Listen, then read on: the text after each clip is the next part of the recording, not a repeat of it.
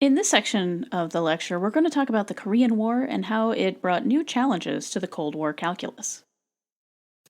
In 1910, Japan invaded and occupied Korea, which they held until World War II. After the war, the US and the Soviet Union occupied the Korean peninsula, split basically half and half at the 38th parallel. The US in the south, the Soviets in the north. The US pulled out of Korea fairly early on, but the Soviet Union maintained a communist foothold there. And again, China is right next door to Korea. On June 25, 1950, communist leader Kim Il-sung, with Soviet assistance, invaded the capitalist southern half, led by Syngman Rhee, in an attempt to rule the entire peninsula. Seoul, the capital, fell after just 4 days. The United Nations Security Council condemned the invasion and passed a resolution calling for military assistance to South Korea. A coalition of 17 nations, led by the United States, answered the call. Now, the United States Congress never declared war on Korea, so legally speaking, this was not an American war, but rather a UN police action. But that's kind of splitting hairs. It was a war, regardless of what it was called. I'm sure that an expert in military history and theory would come better prepared to answer questions about what a declaration could mean, but just know it's a war, but it's not called a war. Except we call it the Korean War, but it's technically not a war. I know, it's confusing, right?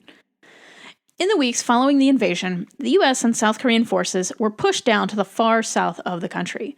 Finally mounting a stand, the US and South Korean forces established a line of defense at the port of Busan in August. On September 15, 1950, UN forces under the command of Douglas MacArthur, the five-star general who, when we last saw him, was taking the Japanese surrender to end World War II, executed a massive amphibious invasion at Incheon, where they established a bridgehead. Northern forces disintegrated. 2 weeks later, Seoul and the South were under UN control.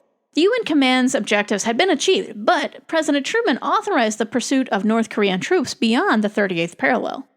American and South Korean soldiers entered Pyongyang on October 19th. Within a few days, the US pushed North Korean forces almost all the way to the border with China. Now, quick question. If you're the United States and you know that China's communist, the Soviet Union's communist, and has the bomb, do you want to mess with China? With the approach at the Yalu River, which made the border between Korea and China, the Chinese launched a counterattack. The next month, at the Changchon River, at the end of November, Chinese forces drove UN forces out of the north. Now here we should mention there was a Turkish contingent of soldiers in the UN troops, and their actions basically meant that the UN troops were able to retreat past the 38th parallel. So again, it's not just the United States, it's not just South Korea forces, there's UN forces. With Kim Il-sung removed from the chief command, the Chinese were the main fighting force on the communist side.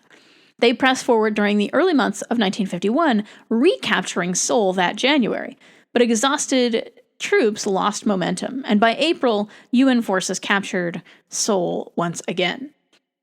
So, man, to be in Seoul during that time must have been incredibly stressful. Throughout the war, Douglas MacArthur expressed his desire to invade China and to take the war directly to them. He also talked about dropping atomic weapons on them. Now, Truman had already made the call to drop 2 bombs on Japan, of course, but again, the Soviets having the bomb changed everything. Truman ordered MacArthur to stop the talk of nukes and stop the talk of invading China, but MacArthur wasn't having it. In March 1951, MacArthur wrote to the Speaker of the House criticizing Truman's strategy. Now, Truman recorded in his diary, quote, "Rank insubordination. I've come to the conclusion that our big general in the Far East must be recalled." Truman cracks me up with his insults, and this is one of the great things about studying history. You get to read people's private thoughts that they wouldn't express publicly. For instance, in a June 1945 diary entry, as the US was exclusively focusing on Japan during World War II, Truman expressed his frustration with MacArthur, calling him, quote, "Mr. Prima Donna, Brass Hat, 5-star MacArthur." I love it. Anyway, on April 11th, 1951, the same month that UN forces retook Seoul, Truman announced, quote, "with deep regret," that he had relieved MacArthur of his command, stating, "It is with the deepest personal regret that I found myself compelled to take this action. General MacArthur is one of our greatest military commanders. But the cause of world peace is much more important than any individual." Truman's firing of MacArthur was a hugely unpopular thing to do. MacArthur had been an effective general during World War II, and the affection for him carried over into the 1950s. When he arrived back in the States, New York threw a ticker tape parade for him, and Congress even invited him to address a joint meeting of Congress. The most famous lines to come out of that speech were, "War is forced upon us.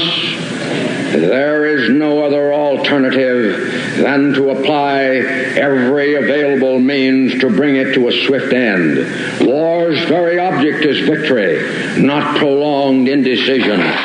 In war, there is no substitute for victory." I hope you picked up on the part where he said every available means, meaning the bomb.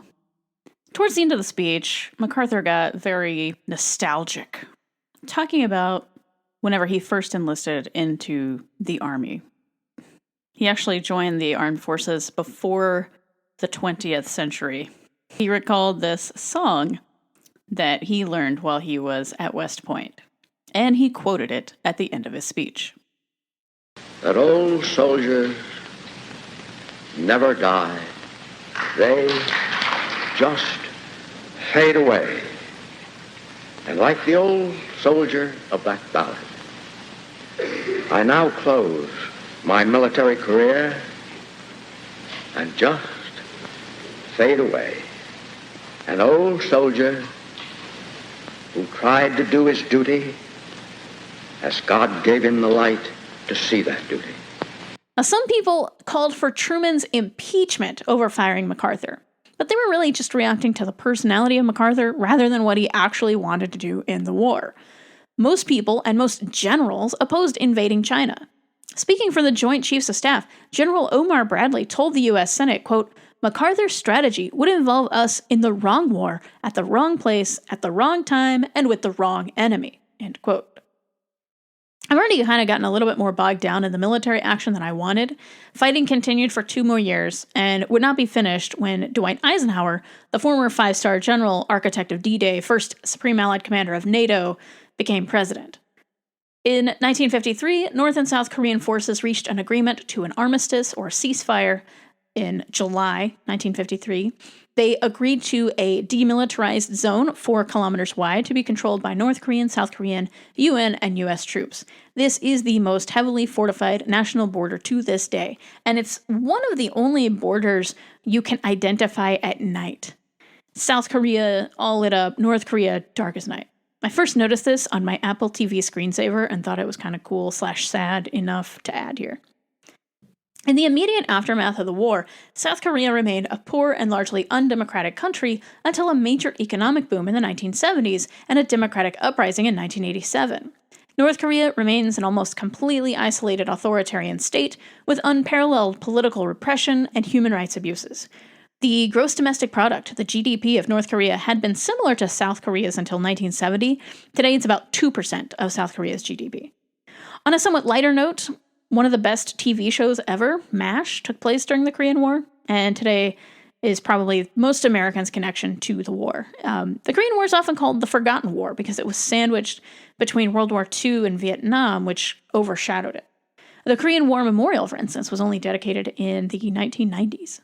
Well, that seems like a pretty natural place to end this section of the lecture. In the next lecture, we're going to take a look at some of the new leadership emerging in both the Soviet Union and the United States. Stay tuned.